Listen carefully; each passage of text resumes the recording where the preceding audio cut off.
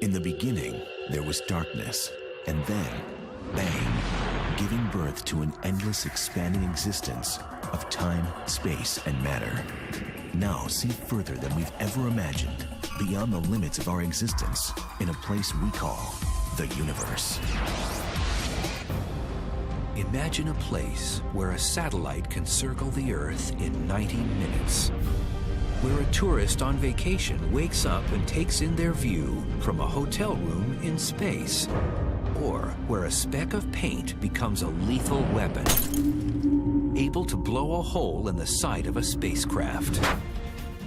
These are the realities of Earth orbit, the gateway to the solar system. And it's the turf of astronauts, space junk, and the ultimate thrill seeker.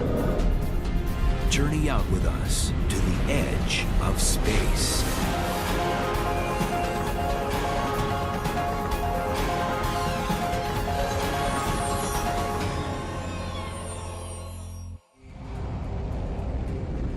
In the not-so-distant future, a human will board a rocket, sit on an open platform, and launch 120 miles straight up into Earth orbit. Dressed in a high-tech spacesuit, he'll peer through a quartz-coated visor and take in an unparalleled view. Being in low Earth orbit is spectacular. When you look up, you see the inky blackness of outer space and the stars shining even in daytime.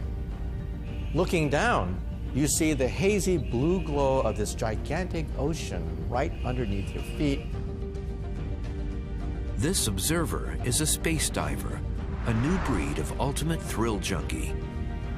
And as he unhooks from his safety harness and stands at the edge of space, he takes one last look out to the universe and leaps, speeding towards Earth below. Space diving is one of many futuristic ideas planned for Earth orbit. The zone of space that surrounds Earth and begins 120 miles above sea level. It's the home to satellites and the space station. And if orbital outfitters have their way, the ultimate extreme sport, skydiving from space. Earth orbit is a window to the universe, and perhaps will become an extension of Earth itself for industry, exploration, and fun. But the environment in Earth orbit is very different from home. Oxygen ceases to exist here, and the atmosphere that provides a protective shield around Earth disappears. Cosmic threats lurk for those who dare explore here. We forget that outer space is dangerous. We forget that in outer space we have cosmic radiation, we have solar flares, we have meteors, we have space debris. It's an obstacle course being out there in outer space. Like free-fall skydiving junkies who leap out of planes and speed towards Earth, space diving might seem like the ultimate thrill. But its idea is based on very serious intentions. Dr. Jonathan Clark, a Navy flight surgeon and former Navy high-altitude parachutist, is one person behind the space diver concept, but for very personal reasons. I was assigned to NASA to work on space operations. And then my wife was an astronaut. Columbia, Houston, UHF comm check. She died on the Columbia mission in 2003. While military pilots routinely eject safely from imperiled aircraft,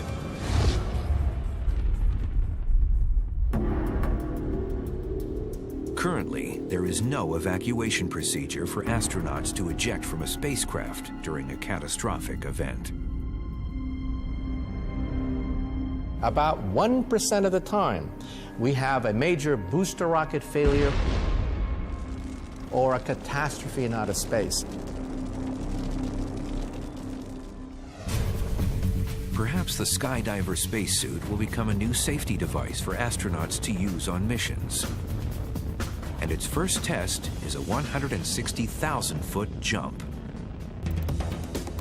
To survive re-entry, the skydiver spacesuit has many critical features.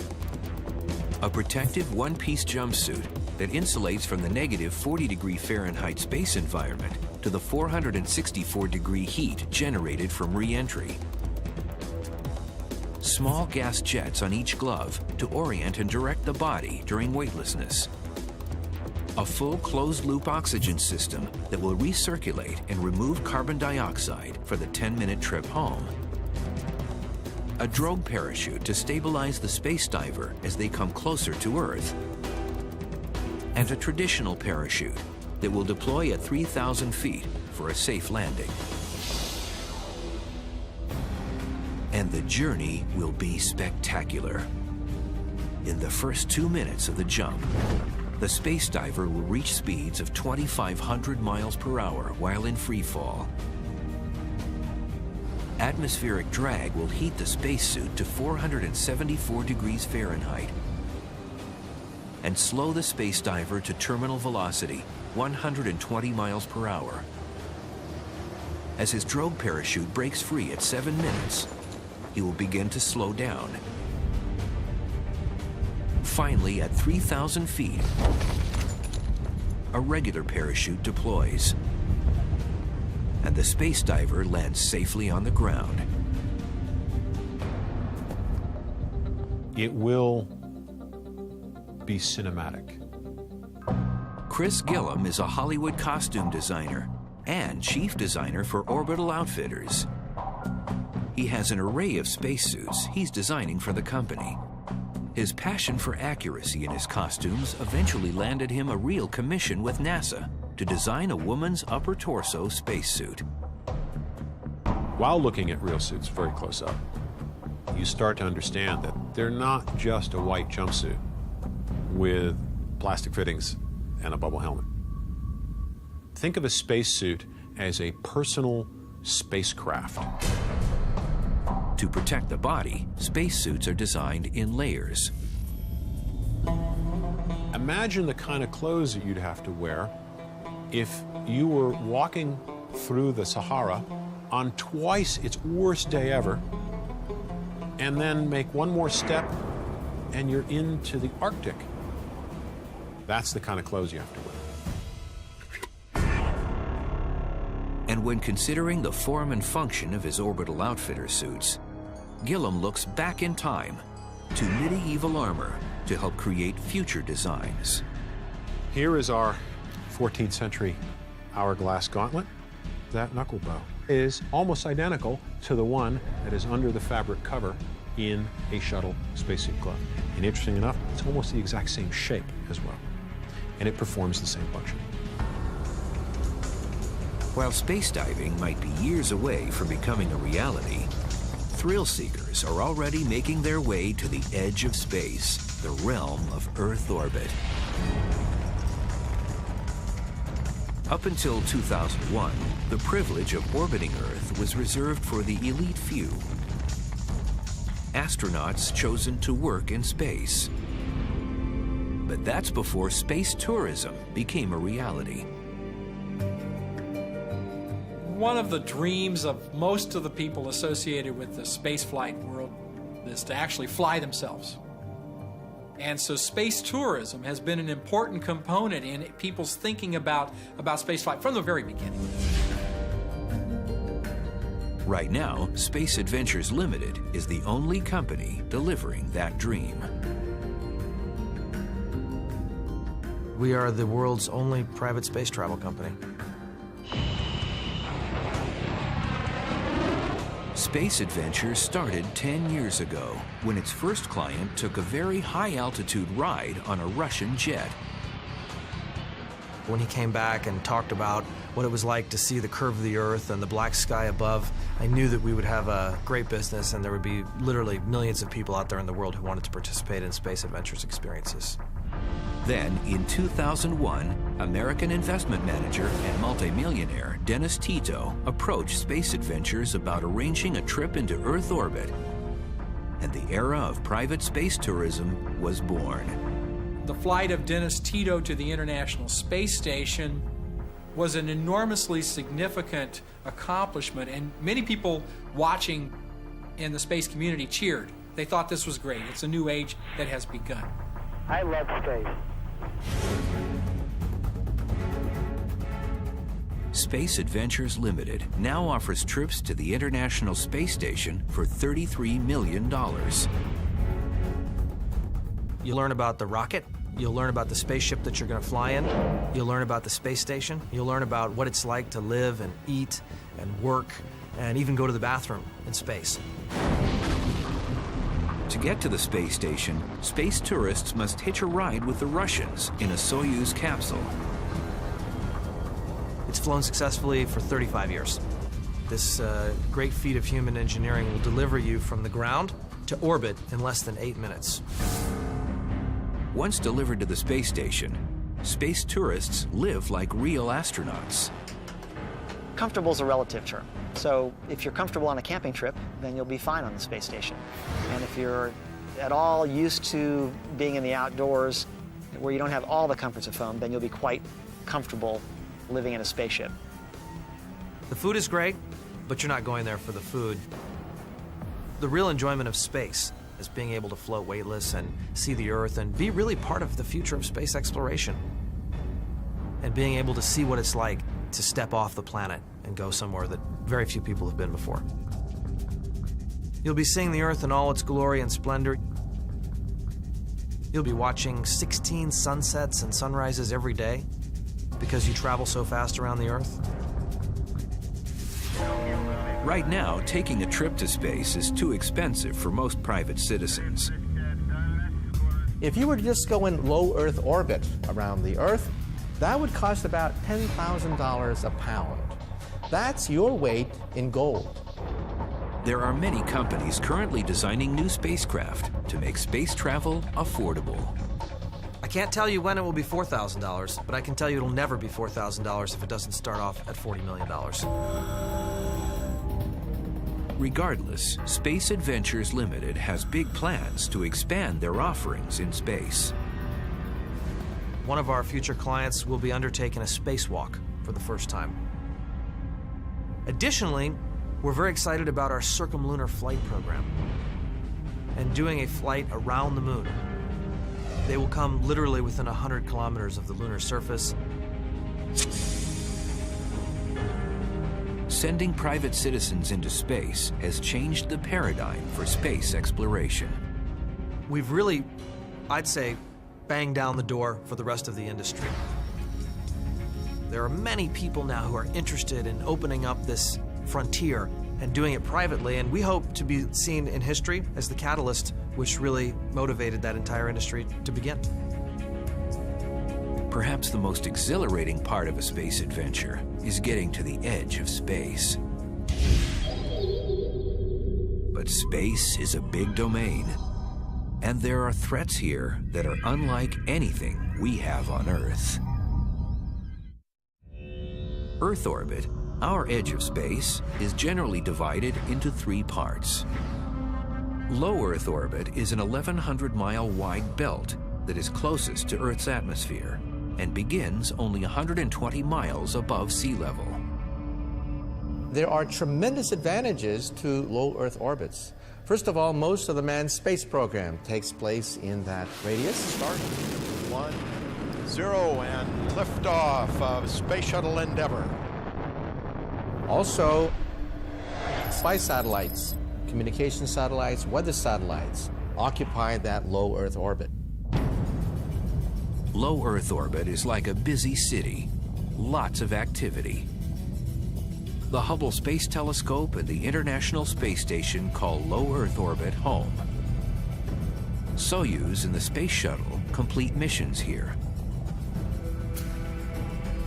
Objects and people in low Earth orbit can travel around Earth in an astounding 90 minutes.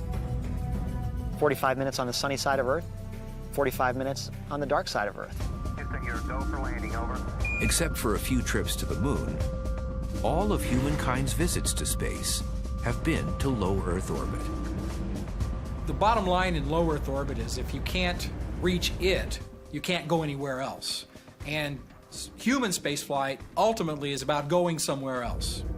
Low Earth orbit is kind of the entry point for that effort. Above low Earth orbit is a region called medium Earth orbit. This wide stretch of space is 1,200 to 14,000 miles above Earth. Many communication satellites are launched into orbit here, including global positioning satellites. GPS satellites roughly orbit the Earth at about 12,000 miles, what we call a semi-synchronous orbit. So basically, they orbit the Earth twice per day, once every 12 hours.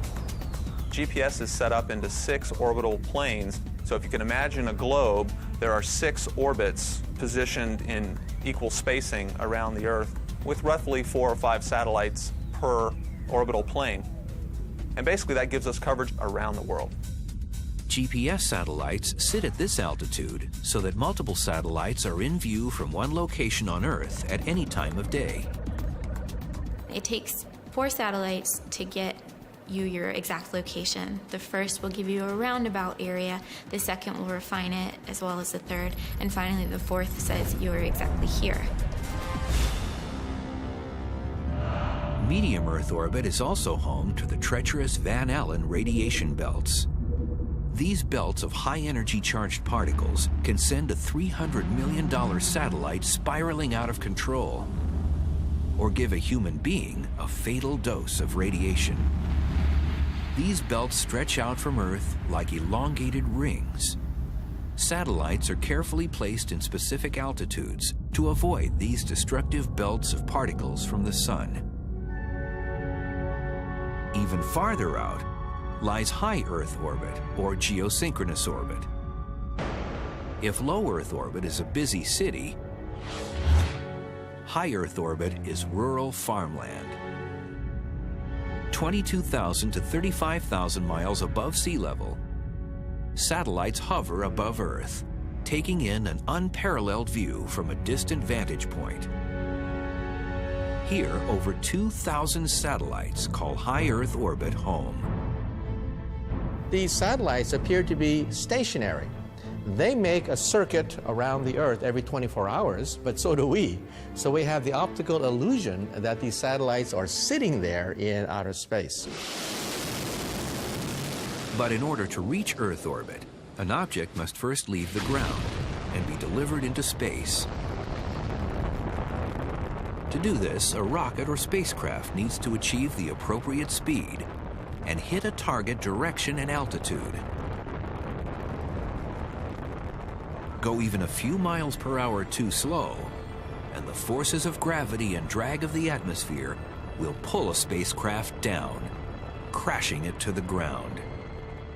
So the idea is to get out of the drag of the lower atmosphere, beyond all that turbulence and friction, and then start racing for the right direction and speed after you get up above the sensible atmosphere. And there's a very good reason why spacecraft launch straight up rather than at an angle like an airplane.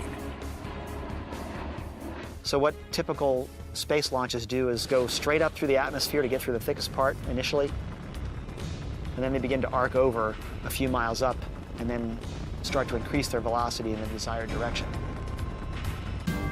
To reach a target orbit, a spacecraft must travel 17,500 miles per hour and follow a specific trajectory from the ground to desired altitude. Even 1 degree off, and a spacecraft will end up in the wrong orbit. After an 8-minute ride and millions of gallons of fuel burned, a spacecraft is now in orbit. An orbit is a reoccurring path around another object. Like Earth revolving around the Sun, a satellite or spacecraft is held in orbit by gravity. Earth's mass creates a gravitational force that deflects an object's path from a straight line. It might be assumed that Earth's gravitational pull loses much of its influence this high in the sky. But in low Earth orbit, Earth's gravity is only 2% less powerful than it is on the surface of the planet. The way you stay in orbit is to go at a high enough speed or velocity that you are falling back to the Earth, but you're going so fast that your curved path actually never strikes the curved surface of the Earth. You just keep falling around the world over and over again. So you're not leaving the gravity behind, but you're being spun around the planet by gravity. It's what's holding you in this circular path around the planet, and it's making you fall back to Earth. In theory, objects can stay in orbit forever, as long as they have enough speed to resist the pull of Earth's gravity.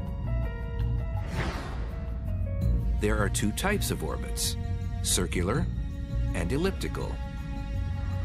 Circular orbits are for satellites or spacecraft that need to maintain a consistent altitude and travel in a regular circle around Earth. Mapping satellites, GPS, and weather satellites all use circular orbits. Elliptical orbits are oval in shape. They're used when a high altitude is needed for part of the orbit, without having to go all the way to high-altitude circular orbit. Spacecraft delivering satellites into high orbits use elliptical orbits to deliver their payloads. Whether traveling in a circle or an elliptical path, there are many things in Earth orbit that are dangerous. In October 2007, the U.S. Navy shot down an out-of-service satellite with a cruise missile before it re-entered the atmosphere. The reason? The satellite carried hazardous material on board, and had it crashed to the ground, could have poisoned thousands. That hazardous material was 1,000 pounds of hydrazine, which is a standard propellant. The operation was called Burnt Frost, and it was the most elaborate effort thus far to protect the world from a serious yet growing problem called space debris, or space junk. Space junk is anything that's man-made that was put into space and is no longer functioning. Oh, we've got junk that's been up there for as long as we've been in space.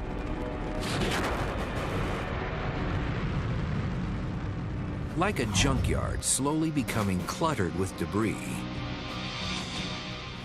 From the first launch of Sputnik in 1957, debris has steadily been accumulating around planet Earth. 50 years into the space race, we have littered the heavens with our garbage.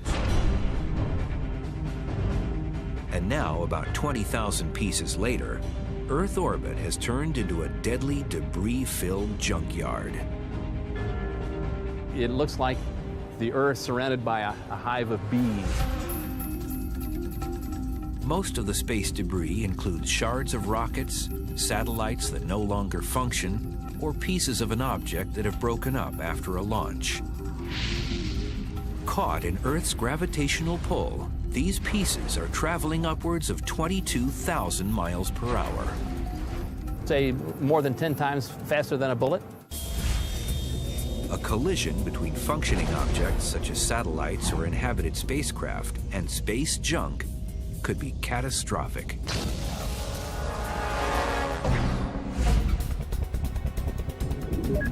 The Joint Space Operations Center, or JSPOC, is a top-secret Air Force surveillance unit that makes it their business to track every object that orbits around Earth, including space debris.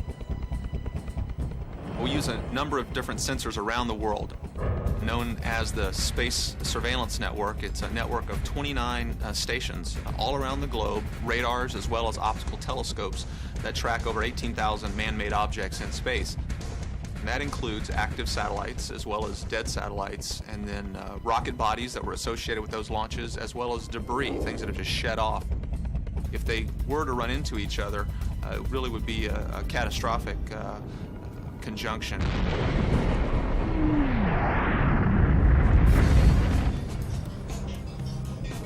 To be tracked by JSPOC, debris must be at least 2 inches wide. There are much smaller objects that cannot be tracked. On most of my shuttle flights, we always saw small pits in the windows about the size of a pencil point. The highest population of debris are in low Earth orbit.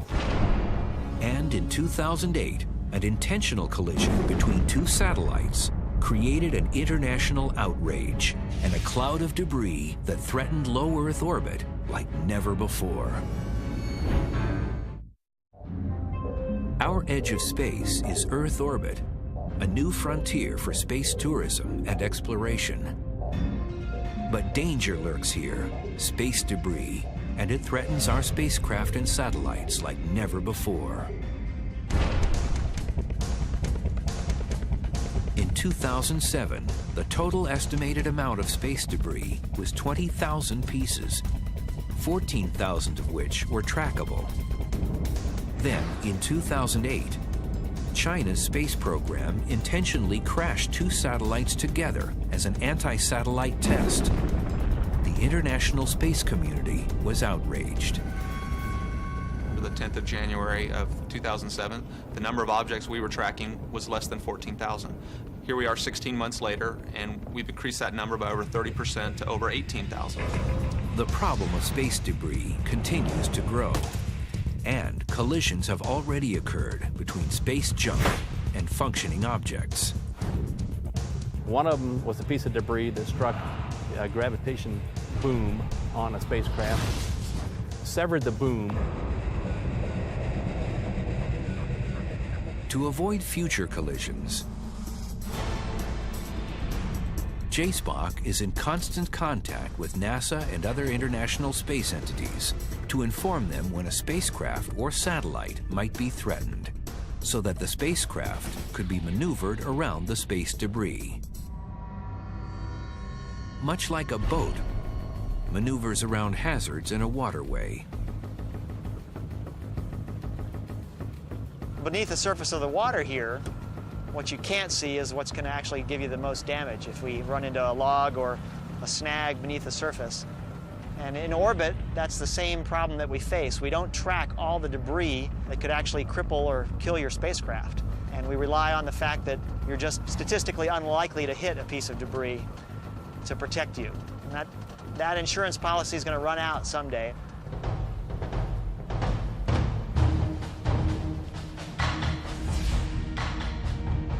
Fortunately, there haven't been any catastrophic collisions between inhabited spacecraft and space debris, yet. We've never seen a human-piloted spacecraft run into orbital debris and been damaged, but we've had some close calls. Objects, no matter what their size, are always in danger of being pulled out of their orbits by orbital decay. Orbital decay occurs when an object loses speed caused by friction and begins to be pulled towards Earth by gravity. Atmospheric drag is the major cause of orbital decay, like a bicyclist on the road. When you're pedaling along at a constant speed, you're balancing your muscle power against the drag on the tires from the road and the resistance of the air that you're moving through. And you overcome that resistance on the bicycle with your muscles, or in space by firing your rocket engines to add a little speed and overcome that air resistance. That's what has to happen in space to keep the space station from falling back to Earth and burning up. And if you stop adding thrust, that air resistance will eventually slow you down to the point where you'll stop or fall back into the atmosphere and re-enter.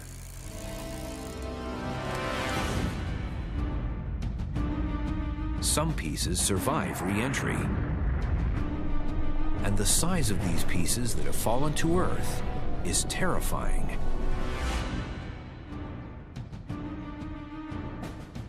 In the last 40 years, 17,000 pieces of space debris have survived re-entry. Back in 1997, we had a 570-pound stainless steel tank that landed about 50 yards from our farmer's house in Texas. He was not particularly pleased by that. If a piece of debris does survive re-entry, it travels at subsonic speeds of 120 miles per hour until it hits the ground. There was a re-entry that came in to Cape Town in South Africa. It was during the day. There were people out working in fields. They heard a sonic boom, and they looked up, and they basically saw this material coming down. The Aerospace Corporation in El Segundo, California, is a facility that collects and studies space junk for the military and private companies. This is a piece of what was once a piece of space junk. This was a part of a rocket stage that was used to put a GPS satellite in orbit. And here you can see the brackets that were actually melted off as this came down. We actually have cut samples here to try to understand what happened in this area, how hot did it get, and we use that information to improve our models. Understanding how these pieces survive re-entry is important for future spacecraft and satellite construction. Recovering and reusing critical spacecraft parts could save millions in manufacturing costs. However, collecting space debris remains tricky. 3/4 of the Earth's surface is water, so a lot of it lands in the water. So when you find a piece on the ground, it's actually a very rare event. It's estimated the amount of space debris will double by 2050. But that hasn't deterred entrepreneurs who continue to explore Earth orbit as a business location. For a mere $2,500, Memorial Space Flights, which began service in 2008, will launch ashes of a loved one into low Earth orbit. It's a fitting end to anyone who dreamed of one day visiting outer space.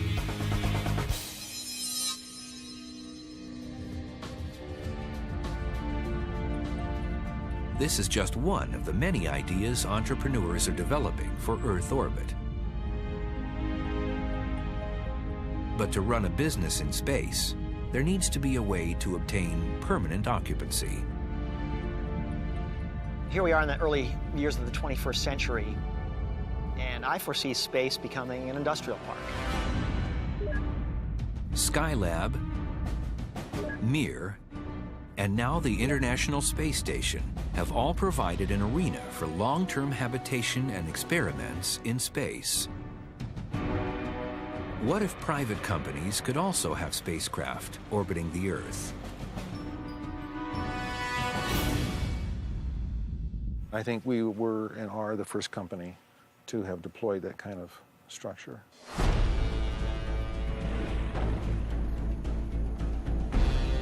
Just off the Las Vegas Strip, Bob Bigelow and his team at Bigelow Aerospace are hunkered down in a high-security facility creating a new generation of spacecraft. I'm living out a childhood fantasy is what it is. And I think that we are involved in something really important. Private industry is exploring the opportunities of our edge of space. Bigelow Aerospace is developing inflating workspaces called Genesis to launch into Earth orbit. The technology was inspired by NASA. I came across an article about a technology that NASA had been working on, and I thought, oh my God, this is great. NASA developed an inflatable module, a room called the Transhab, that was going to be joined to the space station to provide more living space. NASA was never able to afford executing that plan. Eventually, after a number of years, we acquired the licenses from NASA for their patents. The concept is ingenious. Bigelow spacecraft are inflatable pods that tuck into the nose of an unmanned rocket during launch, then expand to 3 times their travel size to full capacity once released into orbit. In a rocket fairing, you only have so much volume, so much room. Like this bottle. That's as big as it gets, that's it. But if you launch something in that volume that can later expand to 3 times its size, you have a lot more room to do something with. We use compressed gas to expand it into its form. The inflatable spacecraft can be adapted to whatever a client might need. Research laboratory, manufacturing facility, hotel space, all emerging industries for Earth orbit. We can host a variety of different kinds of clients, and they only have to pay for the specific time that they're interested in. The spacecraft is assembled from very durable but bendable materials called soft goods systems. You've driven all your life on soft goods. You've driven on tires. The inflatable systems can be extremely reliable and very strong. Bigelow's not worried about the reliability of his launch system. The Dnepr-18 rockets he's using are the same ones the Russians trust with some of their most precious payloads. They have about 1,100 of those rockets with nuclear missiles on them right now. We're not going to fail because the rocket failed. Once in orbit, instrumentation is powered by 4 solar panels, just like the International Space Station. The Genesis spacecraft is a new generation of space station, and it might be a vast improvement from the government-issue brand. What we're working on, if we're successful, is a much safer vessel for humans to be in than the aluminum cans are.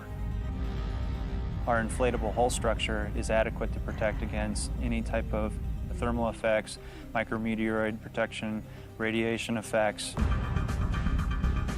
Bigelow Aerospace now has 2 private spacecraft, Genesis 1 and 2, orbiting 340 miles above Earth. The only privately owned spacecraft of their kind orbiting in the edge of space.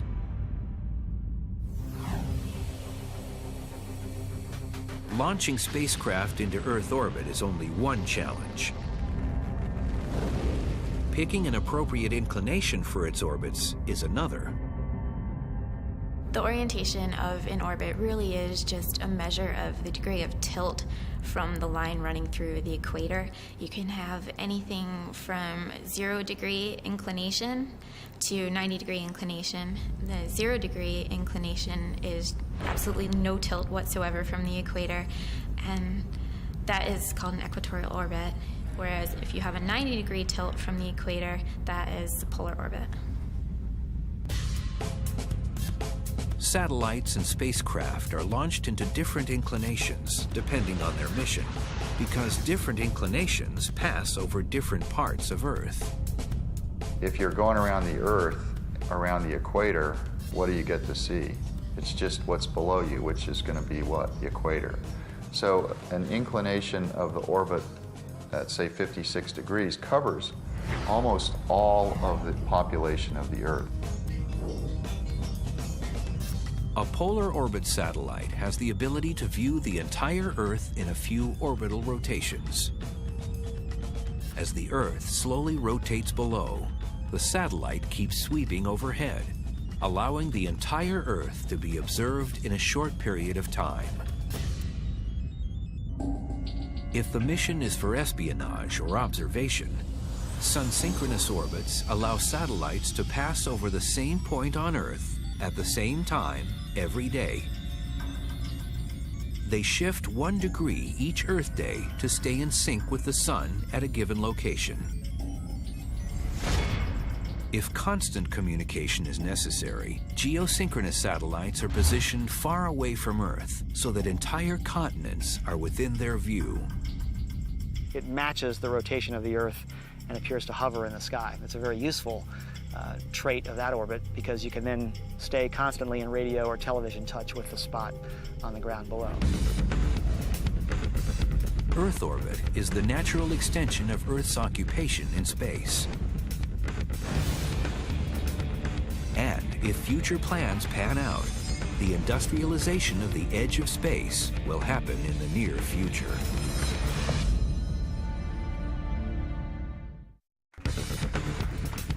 It was only 40 years ago John Glenn entered Earth orbit.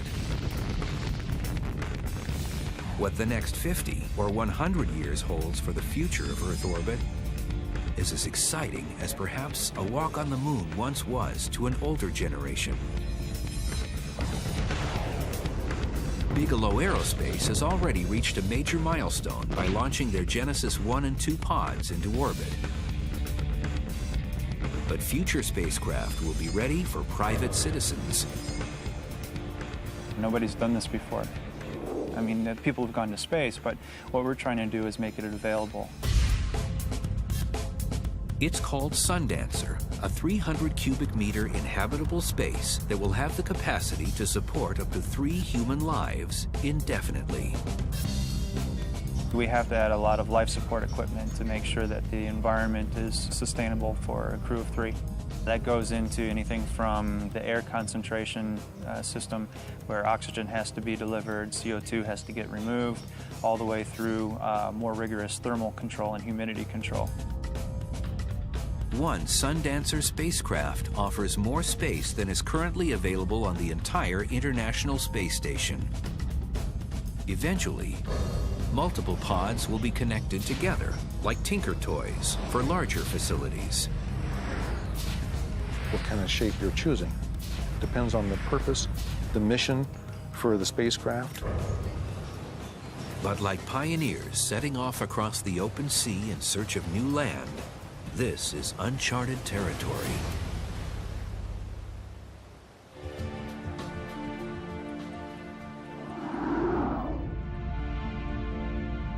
We have an opportunity to turn that vision into a reality.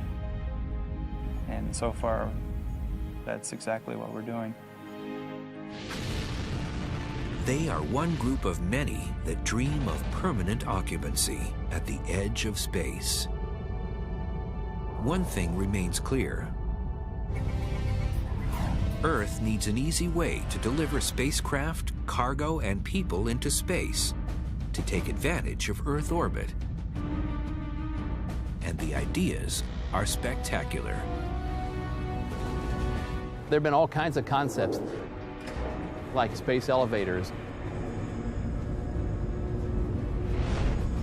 How about a space fountain? A highly energized wave of particles that lifts cargo up into Earth orbit. The key is finding a cheap way to get those materials up to space.